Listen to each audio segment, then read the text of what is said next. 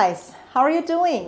Hope you are doing great and welcome back to another session of 504 essential words in English with us, Learn and Enjoy. سلام همگی. امیدوارم حالتون خوب باشه. به درس دیگه ای از مجموعه درس‌های 504 واژه کاملا ضروری انگلیسی از مجموعه درس‌های Learn and Enjoy با من سحر خوش اومدید. امروز می‌خوایم درس ششم رو با هم بخونیم و 12 کلمه جدید رو یاد بگیریم. پس حتما دفترتون، قلمتون، کاغذتون جلوتون باشه که اگر خواستید نوت بردارید و یادداشتی بکنید بتونید خیلی سریع و راحت این کار رو انجام بدید. و اما اگر هنوز کانال ما رو سابسکرایب نکردید فراموش نکنید که دکمه سابسکرایب رو بزنید و زنگوله کنارش رو هم بلافاصله بزنید تا از آخرین ویدیوهای ما به محض آپلود شدن مطلع بشید. کانال ما رو هم به دوستاتون معرفی کنید. So, let's get started.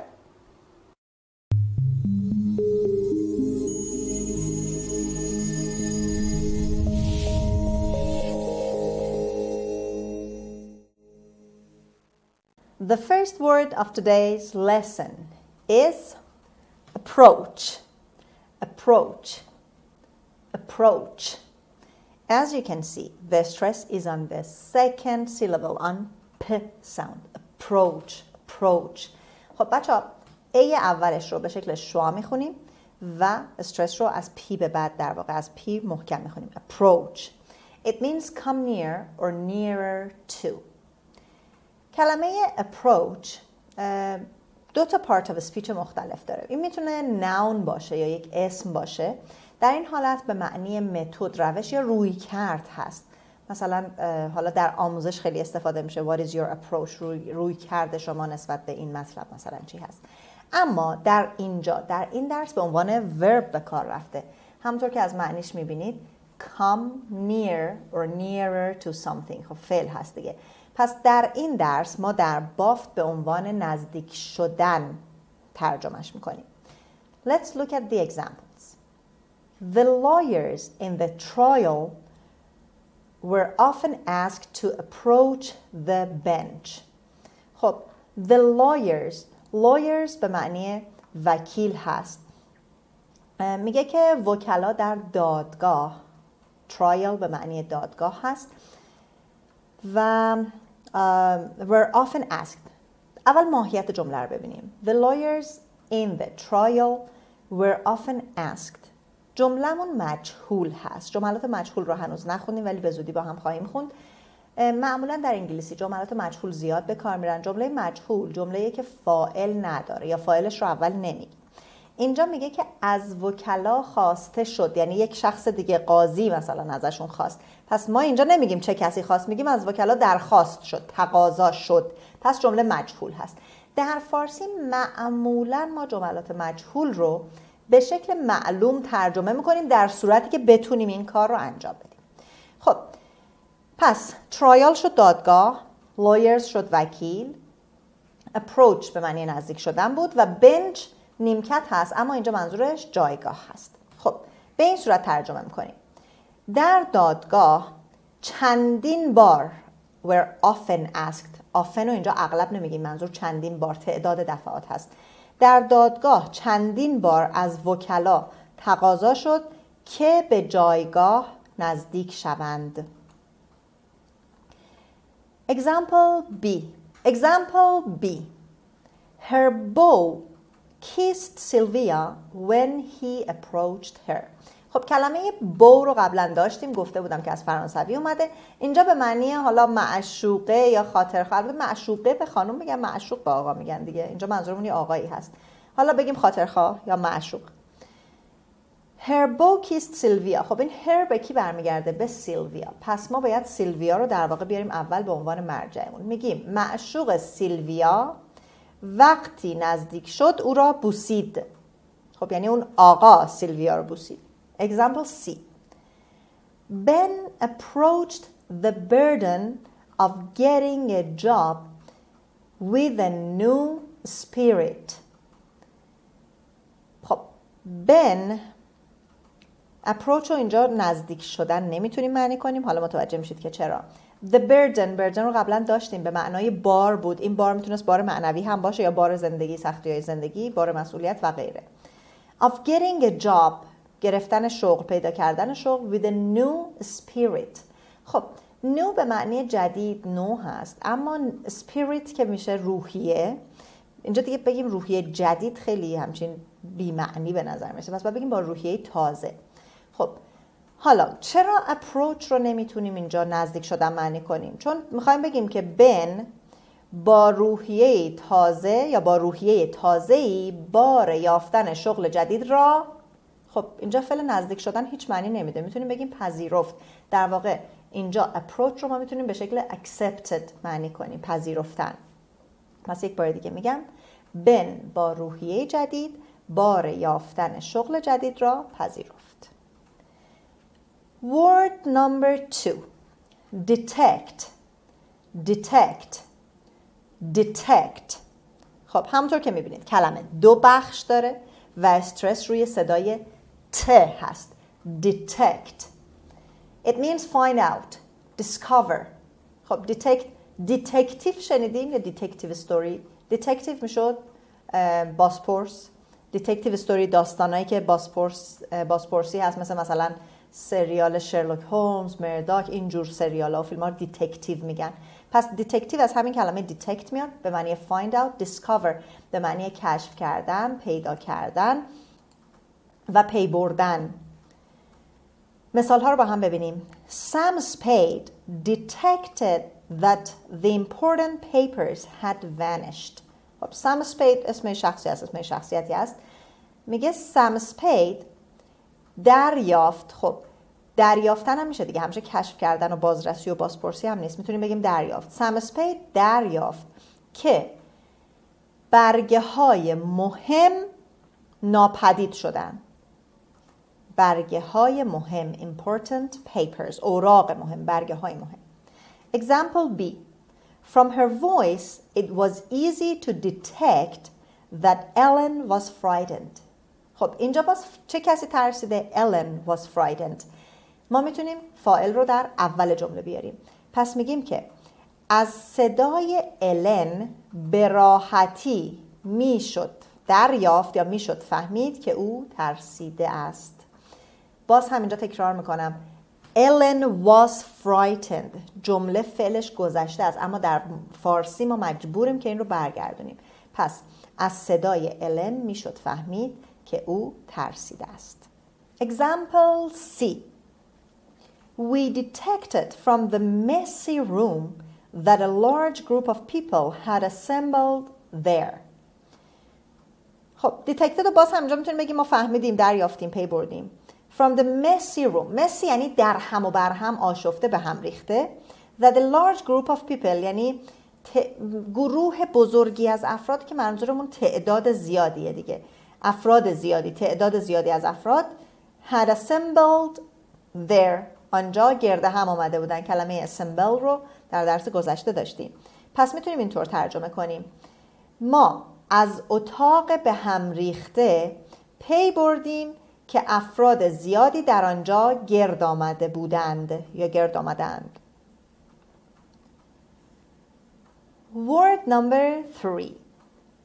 Defect. Defect. Defect. همونطور که میبینید کلمه defect هم استرسش روی صدای ف هست. باز هم دو بخشه، defect و استرس روی صدای ف هست. It means fault or that which is wrong. خب fault یعنی اشکال، خطا، نقص. That which is wrong یعنی اون چیزی که اشتباه هست. پس در واقع ما میتونیم کلمه defect رو به شکل عیب یا نقص ترجمه کنیم. دوستان این کلمه defect که من گفتم دو pronunciation داره. اگر در دیکشنری لانگمن چک کنید، هم ما میتونیم استرس رو روی بخش اول بگیم، یعنی بگیم defect. خب defect با ای بلند و رو دی بگیم. هم میتونیم defect بگیم.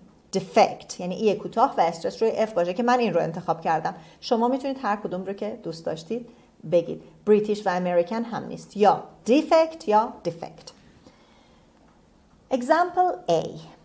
My Chevrolet. خب دوستانی که به ماشین علاقه دارن این براتون آشناست دیگه. my Chevrolet که ما میگیم شورلت ولی تلفظ در واقع انگلیسی این کلمه هست Chevrolet. CH رو ش میخونیم، ET آخر رو A میخونیم، ت تلفظ نمیشه. My Chevrolet was sent back to the factory because of a steering defect.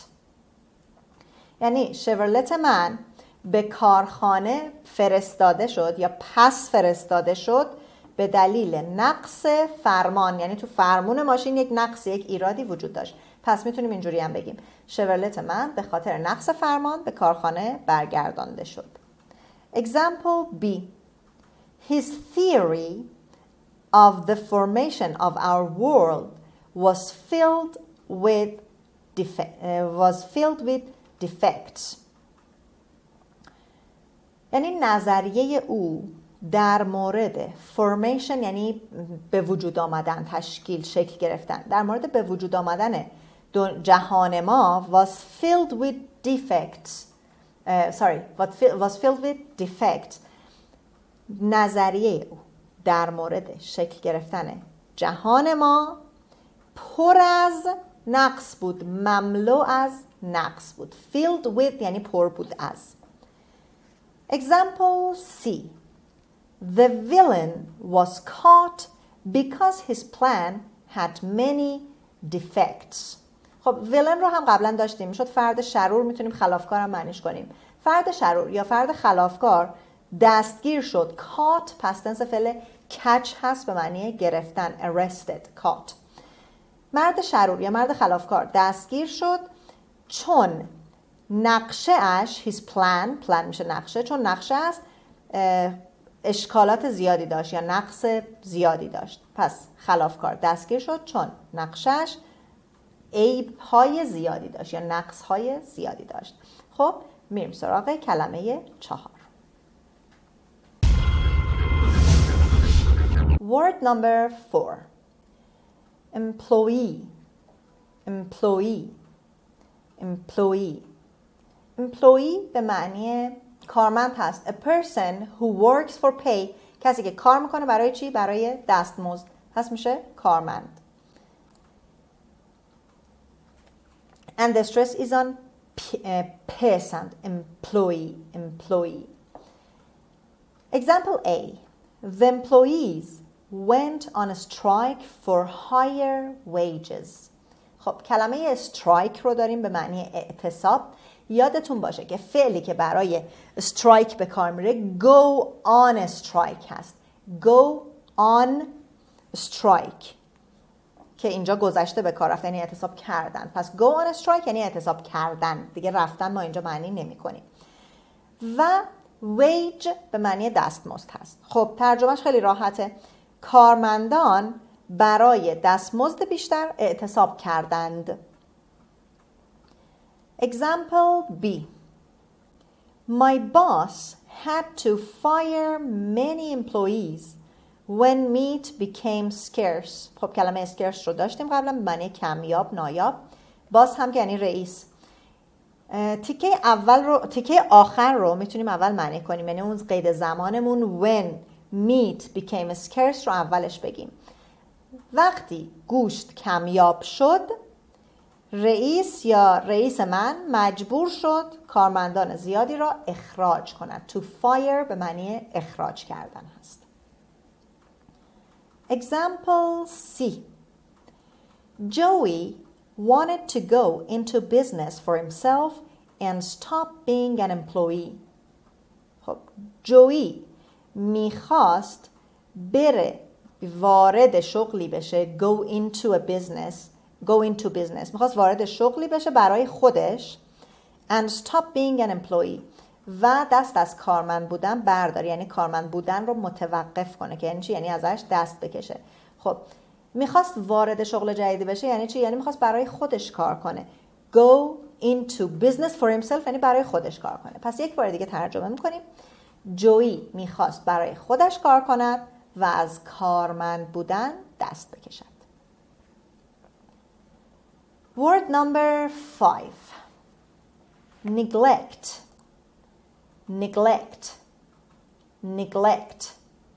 The stress is on the second syllable. but pay attention the stress is on g sound. خب در انگلیسی ما یک کمی این بخش ها رو جابجا داریم. اگه تو فارسی شما بخواید بخش کنید قطعا میگید nɪɡlekt، اما زمانی که ما صدای گ و ل کنار هم داریم گل با هم میره توی یک بخش، پس میگیم nɪɡlekt. nɪɡlekt. از این قسمت ما محکم تر میگیم این کلمه رو. It means give too little care or attention. Give too little care or attention. خب کلمه neglect در واقع به معنی نادیده گرفتن هست. neglect میکنیم، یک کسی رو بهش توجه نمی کنیم یا نادیده میگیریمش. در توصیف، در معنی کلمه داریم give too little. دقت کنید adverb to به معنی خیلی هست، اما این خیلی معنی منفی داره، یعنی دیگه بیش از حد. وقتی میگیم give too little care یعنی خیلی کم توجه کنیم که همون نادیده گرفتن یا بی‌توجهی کردن میشه. Example A. The senator neglected to make his annual report to Congress. The senator neglected to make his annual report to Congress. خب سناتور که میدونیم سناتور هست، کانگرس رو که گفتیم کنگره آمریکا، و ریپورت به معنی گزارش. کلمه annual رو در درس‌های قبل داشتیم، به معنی سالانه میشد. annual report به معنی گزارش سالانه بود. خب میگه سناتور از ارائه گزارش سالانه به کنگره غفلت کرد، به این کار کم توجهی کرد. Example B.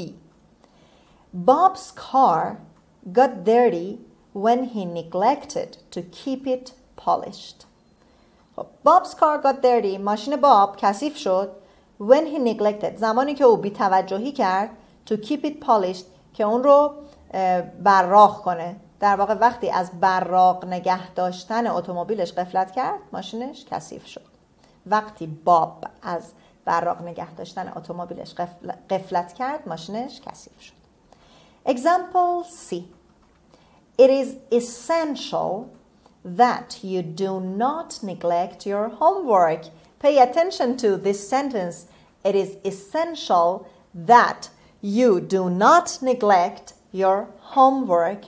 یعنی ضروریه، لازمه که شما تکالیفتون رو نادیده نگیرید، از تکلیف منزلتون غفلت نکنید. و باز هم کلمه essential رو داریم. فکر میکنم دیگه این کلمه essential که اسم کتابمون هم هست ملکه ذهنتون شده باشه. به معنی چی بود؟ necessary and very important، ضروری، لازم. خب بریم سراغ کلمه ششم.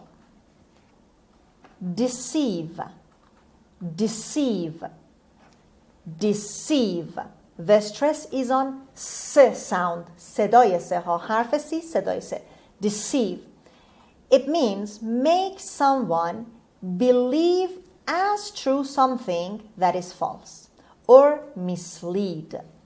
خب معنی در واقع این definition رو اگر بخوایم بدیم make someone believe یعنی باعث بشیم کسی باور کنه as true something that is false، که یه چیزی که غلطه درسته. یعنی کاری کنیم که باور کنه که اگه مثلا ما الان میگیم ماست سیاهه، اون باور کنه که بله ماست سیاهه، در صورتی که این درست نیست. mislead هم به معنی اشتباه راهنمایی کردن هست. خب حالا معنی که برای deceive داریم به عنوان یک کلمه بگیم به معنی فریب دادن، دروغ گفتن. به این معنی ها میتونیم بگیم. گاهی اوقات در انگلیسی in old English معنی خیانت کردن هم میداد.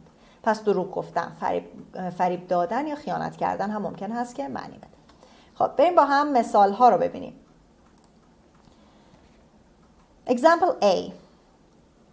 Atlas was deceived about the burden he had to carry. خب Atlas اینجا اسم یک شخص هست، چه اسم عجیبی هم هست. میگه اطلس در مورد باری که باید به دوش میکشید فریب داده شد، یعنی بهش دروغ گفتن، راستشو نگفتن. Example B. Virginia cried when she learned that her best friend had deceived her. خب خب ویرجینیا اسم خانم هست. میگه که وقتی ویرجینیا فهمید، در واقع cried رو آخر جمله داریم معنی میکنیم و بقیه رو میاریم اول. وقتی ویرجینیا فهمید، learn به معنی یادگیری، اما when she learned یعنی وقتی متوجه شد، وقتی فهمید. وقتی ویرجینیا فهمید که بهترین دوستش به او خیانت کرده است یا بهترین دوستش او را فریب داده است، گریه کرد. cried. وقتی ویرجینیا فهمید که بهترین دوستش او را فریب داده است، گریه کرد. Example C. The villain deceived Chief White Cloud by pretending to be his friend. The villain deceived Chief White Cloud by pretending to be his friend. خب villain یعنی مرد شرور یا اون خلافکار. Chief White Cloud. خب White Cloud که حالا فامیلی کسی یا اسم فامیلی کسی، چیف اینجا به معنی کلانتر میتونه باشه، چون داریم در مورد شرارت و خلافکاری حرف میزنیم، پس کلانتره. یعنی خلافکار کلانتر White Cloud رو فریب داد با تظاهر به اینکه دوستش هست. خب میتونیم یه ذره شسته رفته تر معنیش کنیم، بگیم که خلافکار کلانتر White Cloud را با تظاهر به دوستی فریب داد. این هم از کلمه ششم و همچنان با من همراه باشید تا بقیه کلمه رو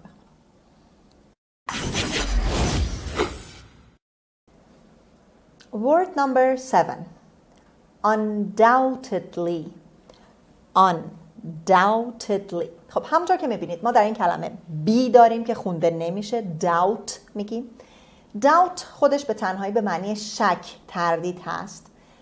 Undoubtedly منفیش هست دیگه، یعنی بدون شک، بی شک، چیزی که قطعیت داره. خب معنیش چی میشه؟ Certainly beyond doubt. Beyond یعنی ورای، فراتر از. Certainly یعنی مطمئناً، مسلماً، قطعاً. پس undoubtedly میشه بی شک، قطعاً، مسلماً. Example A. Ray's team undoubtedly had the best debaters in our country. خب ری حالا یه شخصیه، یه گروهی هن. میگه گروه یا تیم ری بیشک بهترین مناظره کنندگان منطقه رو در اختیار داشتن. In our county, not country, in our county. county یعنی منطقه. شاید بعضیاتون شنیده باشید منطقه Orange County در آمریکا رو Orange County. county یعنی منطقه. خب پس یک بار دیگه میگم. بیشک گروه یا تیم ری بهترین مناظره کنندگان منطقه را در اختیار داشتند. دیبیتر از دیبیت مناظره و بحث میاد که دیبیتر میشه مناظره کننده. Example B. The pilgrims undoubtedly assembled to travel to Rome together. خب کلمه pilgrim رو داریم. pilgrim به معنی زائر، افرادی که به سفر زیارتی میرن جای رو زیارت کنن بهشون میگیم pilgrim. و خود اون مراسم زیارت مثلا حج، مراسم حج بهش میگن pilgrimage. خب the pilgrims یعنی زائران undoubtedly بیشک assembled جمع شدند، گرد هم آمدند to travel to Rome together که با هم به روم سفر کنن. خب قطعا اینها زائران کلیسای کاتولیک بودن در روم دیگه. پس یک بار دیگه میگم زائران بیشک جمع شدن تا با هم به روم سفر کنن. Example C. If she didn't want to get in an argument, Valerie would have followed the majority undoubtedly. خب اینجا فایل جمله‌مون Valerie هست، پس اول معنیش میکنیم. If she didn't want میگه اگه اون نمیخواست to get into an argument که وارد یک بحث بشه، argument بحث یا حالا مناظره بحث، اگر که اون نمیخواست وارد بحث بشه Valerie would have followed دنبال میکرد، پیروی میکرد، تبعیت میکرد the majority از اکثریت بدون شک. خب حالا این کلمات رو مرتب کنیم تا یک جمله خوب داشته باشیم. بیشک اگر والری نمیخواست وارد بحث شود از اکثریت تبعیت میکرد، یعنی همون چیزی که اکثریت میگفتن باهاش موافقت میکرد. Word number 8. Popular. Popular. popular. خب popular استرس روی پی اول هست، روی صدای پ اول هست. خیلی ها وقتی من تو کلاسام میگم popular یعنی چی، همین میگم famous. ولی دقت کنید یه فرق بین popular و famous هست. famous یعنی مشهور، یعنی همه میشناسنش. اما لزوما هر کسی که همه بشناسن محبوب نیست. مثلا هیتلر رو همه میشناسیم ولی هیتلر آدم محبوبی که نیست، خیلی وقتا منفور شاید باشه، هم ازش بعدشون بیاد. خب پس یاد بگیریم که popular means liked by most people، یعنی محبوب، یعنی افراد زیادی دوستش دارن. Example A. The Beatles wrote many popular songs. خب بیتلز یک گروه موسیقی قدیمی هست. گروه بیتل ها ترانه های محبوب زیادی نوشتند. ترانه ها، سانگ به معنی ترانه.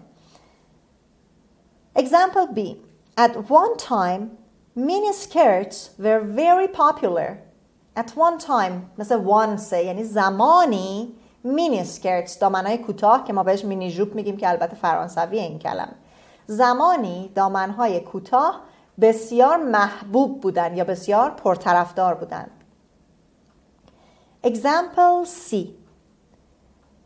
Popular people often find it hard to evade their many friends.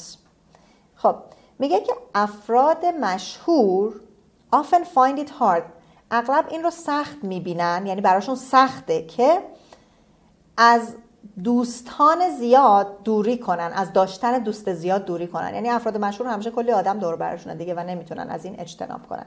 پس یک بار دیگه بگم افراد محبوب. البته یک بار دیگه میخونم این رو. برای افراد محبوب دشوار است که از دوستی های زیاد یا داشتن دوستان زیاد خودداری کنند یا دوری کنند. Next word is number 9.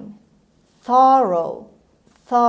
خب کلمه فکر نمی‌کنم براتون خیلی جدید باشه. چرا؟ چون در ترجمه کلمات دیگه، در definition کلمات دیگه ما این ثَroʊ رو چند بار داشتیم. ثَroʊ. خب بچه‌ها به سپلینگ کلمه دقت کنید. T-H-O-R-O-U-G-H. ثَroʊ. خب این با through که به معنی از میانه هست فرق داره. GH آخر رو هم نمیخونیم. thorough به معنی complete، یکی از معنیهاش being all that is needed، یعنی تمام اون چیزی که لازمه، به معنی کامل و جامع. thorough یعنی کامل، جامع. thoroughly هم یعنی کاملا، completely که میشه غیر این کلمه. خود thorough صفت هست. خب مثال هاشو با هم بخونیم. Example A. The police made a thorough research of the house after the crime had been reported. خب ما باز میتونیم اینجا بخش زمانیش رو بیایم اول ترجمه کنیم. یعنی بعد از اینکه جنایت گزارش شد، after the crime had been reported، crime یعنی جنایت، جرم، بعد از اینکه جرم یا جنایت گزارش شد، پلیس جستجوی کاملی از خانه انجام داد، یا میتونیم بگیم خانه را به طور کامل جستجو کرد. made a thorough search، search یعنی جستجو کردن، made a thorough search یعنی جستجوی کامل و دقیقی کردن. thorough رو میتونیم به معنی دقیق و موشکافانه هم در نظر بگیریم. Example B. My science teacher praised Sandy for doing a thorough job of cleaning up the lab. خب my science teacher، معلم علوم من، praised Sandy.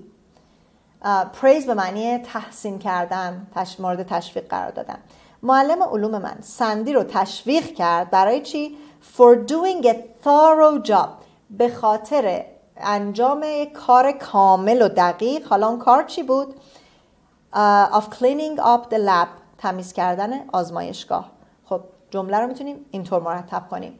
معلم علوم من سندی رو به خاطر تمیز کردن کامل آزمایشگاه تحسین کرد یا تشویق کرد. Example C. Mom decided to spend the day in giving the basement a thorough cleaning.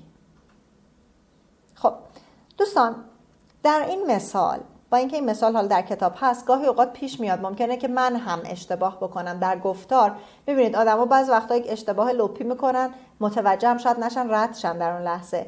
در کتاب هم همینطور هست. زمانی یک کتاب نوشته میشه، با اینکه این کتاب یک یا دو بار ویرایش میشه، افراد مختلفی بازبینی میکنن، ممکنه که یک سری کلمات یا حروفی جابجا بشه یا از قلم بیفته. خب این مثال رو درستش رو دارین روی تخته میبینید. در کتاب ولی به این صورت نوشته شده: Mom decided to spend the day in giving. اما درستش این هست: Mom decided to spend the day on giving the basement thorough cleaning. خب پس on که روی تخته نوشته شده درست هست، این که در کتاب هست اشتباهه. چرا؟ ما فعل spend رو به معنی وقت گذاشتن یا زمان گذاشتن یا هزینه کردن، پول خرج کردن به کار میبریم. spend money, spend time. و preposition، حرف اضافه‌ای که با spend میاد، حتما همیشه on هست. مثلا من میگم I spend money on books. من پولم رو صرف خرید کتاب میکنم. I spend my time on studying. من وقتم رو صرف مطالعه میکنم. پس حتما preposition on استفاده میشه. این نکته خیلی مهمی است. خب حالا معنی جمله: Mom decided to spend the day، یعنی مادر تصمیم گرفت که تمام روز رو صرف spend the day، تمام روز رو صرف کنه برای چی؟ On giving the basement a thorough cleaning، که زیرزمین رو کامل تمیز کنه. basement میشه زیرزمین. پس یک بار دیگه ترجمه مرتب رو براتون میگم: مادر تصمیم گرفت تمام روز را صرف تمیز کردن کامل زیرزمین کنه. خب بریم سراغ کلمه دهم.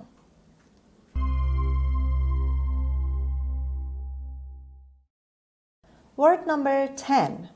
Client. Client. Client. The stress is on k sound. Client at the beginning. It means person for whom a lawyer acts or customer. خب client چند تا معنی داره. به معنی مشتری customer. معنی دیگهش کسی که وکیل براش کار میکنه، در واقع میشه موکل. پس هم معنی مشتری میده هم معنی موکل میده. Example A. The lawyer told her client that she could predict the outcome of his trial. The lawyer told her client that she could predict the outcome of his trial. خب The lawyer told her client یعنی وکیل به موکلش گفت، و اینجا وقتی میگه her client میفهمیم که اون وکیل خانم بوده. وکیل به موکلش گفت that she could predict که میتونه پیش بینی کنه. predict رو قبلا داشتیم.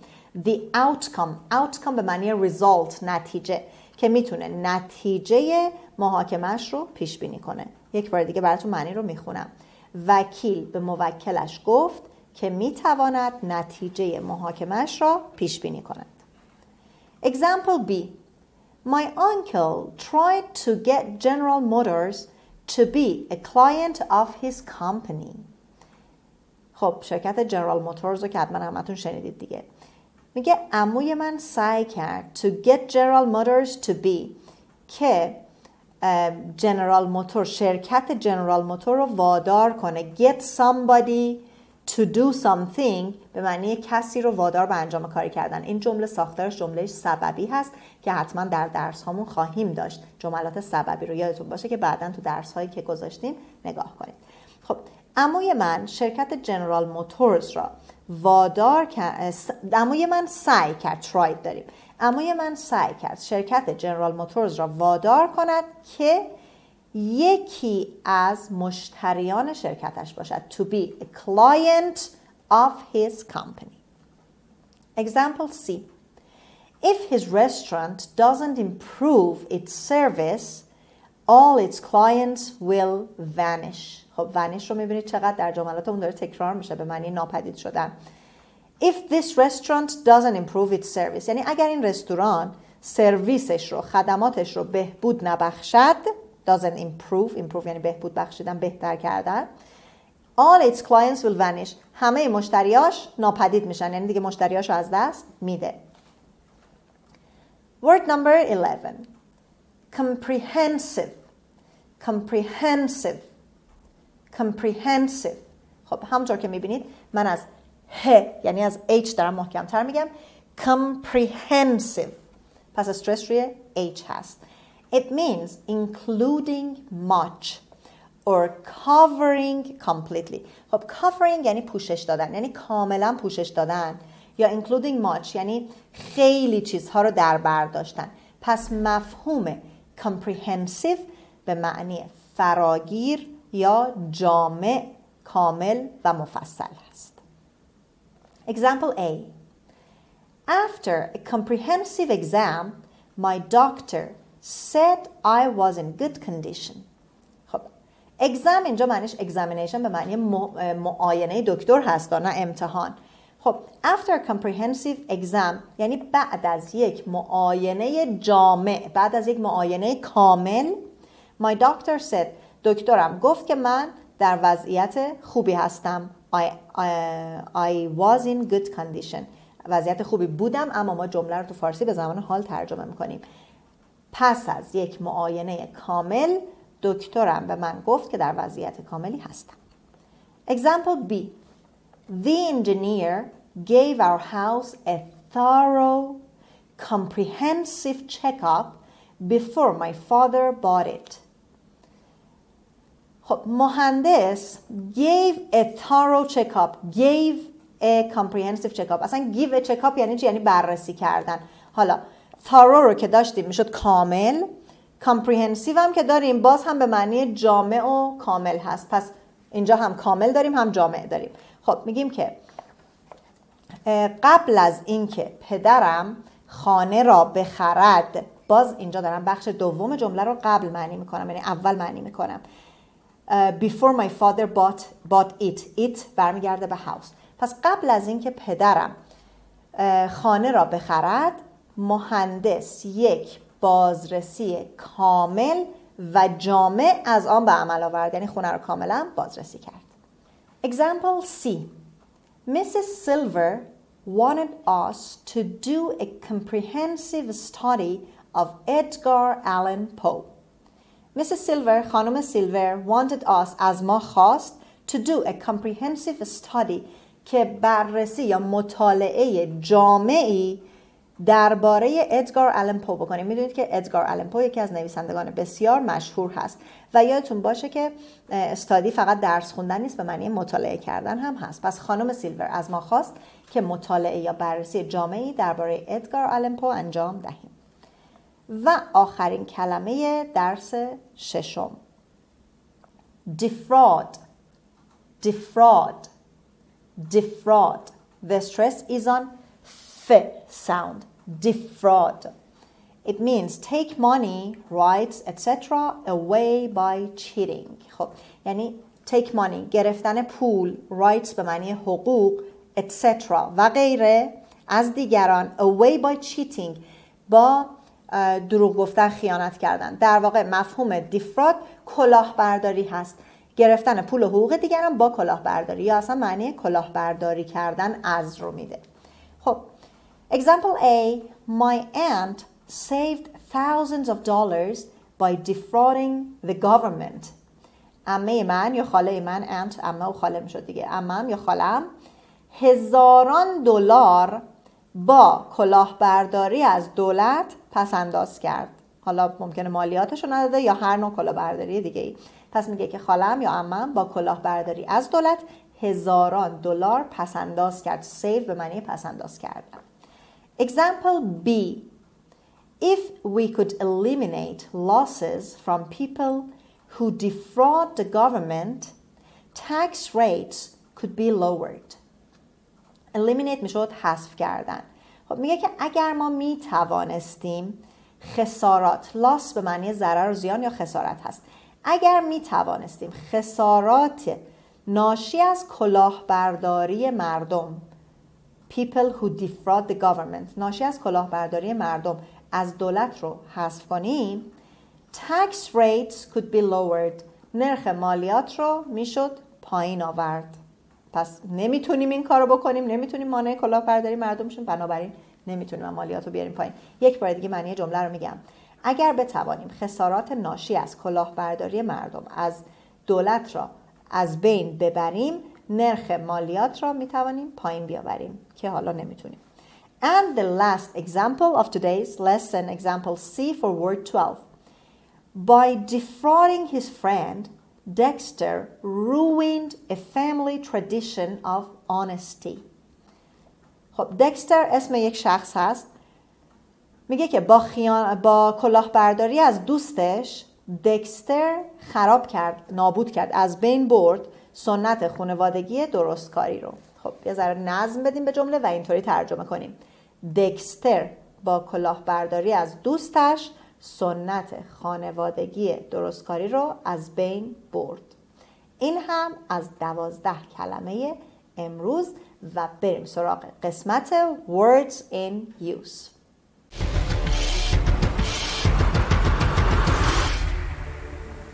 The title of today's reading is The Health of Your Car.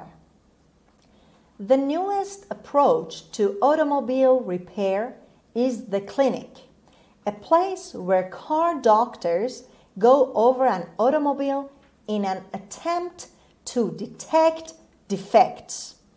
Since the clinic does no repairs, its employees do not neglect the truth. So many automobile owners feel that mechanics deceive them, that the clinics, even though they undoubtedly charge high fees, are quite popular. The experts do a thorough job for each client. They explore every part of the engine, body, and brakes. They do all kinds of tests with expensive machines. Best of all, the comprehensive examination takes only about half an hour.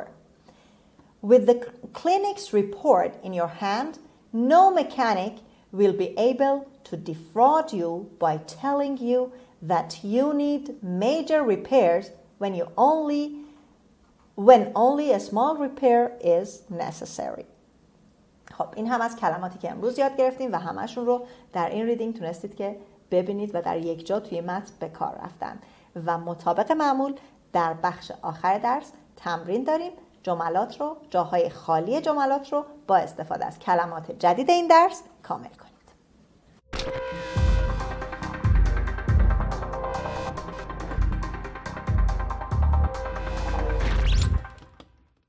خب دوستان عزیز، این هم از درس ششم از مجموع درس‌های 504 واژه کاملا ضروری در زبان انگلیسی. حتما تمرین‌ها رو حل کنید. پاسخ اونها رو میتونید در ابتدای جلسه آینده ببینید و اما یادتون نره ما رو در شبکه‌های اجتماعی دیگه هم دنبال کنید و لایک و کامنت فراموش نشه. Till next session, take good care of you and goodbye.